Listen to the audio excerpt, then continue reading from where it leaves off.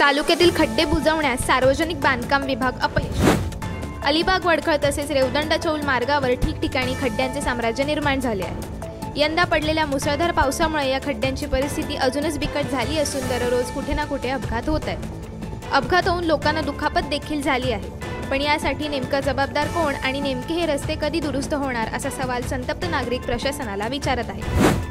अपघाताचा आकडा वाढत असल्यामुळे रस्ते दुरुस्तीसाठी सार्वजनिक बांधकाम विभागाचे उपविभागीय अभियंता श्री डोंगरे यांना संपर्क साधला असता हा रस्ता NH1 या विभागाकडे वर्ग देण्यात आला आहे व रस्त्याच्या दुरुस्तीचे काम त्या विभागाचे आहे असे सांगण्यात आले। अपघात होऊन निरपराध नागरिकांचा जीव जात असताना बांधकाम विभाग मात्र सहजरित्या आपली जबाबदारी झटकताना दिसत आहे। त्याचप्रमाणे अलिबाग ते रेवदंडा पाले बायपास सहित हा रस्ता MSRDC कडे वर्ग करण्यात आला असून या रस्त्याची दुरुस्ती या विभागाने करणे अपेक्षित आहे। काही दिवसांपूर्वी रेवदंडा चौल मार्गावरील चौल नाका येथील खड्ड्यांची दगडखडीचा भराव करत दुरुस्ती करण्यात आली। मात्र ही रस्ते दुरुस्ती नागरिकांच्या जीवावर बेतत आहे। या दगडखडीच्या भरावामुळे दुचाकी घसरून पडण्याचे प्रमाण वाढले आहे। मात्र 4 चाकीमधून फिरणाऱ्या बांधकाम अधिकाऱ्यांच्या हे लक्षात येणार नाही।